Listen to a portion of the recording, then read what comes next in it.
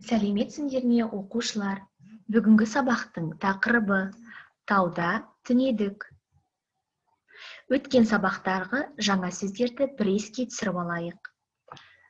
Өрлеу, көтерілу, тік, мұздық, қарлы, асқар, тілдескен, түнеу, етегінде, тұнып тұр, шіркін. Айтылым тапсырмасы 6-шы тапсырма. Мәтінде жоқ ақпаратты тап. Бірінші ақпарат. Бірақ Алакөлге барған жоқпыз. Екінші ақпарат. Тау суық болғандықтан түней алмадық. Үшінші ақпарат.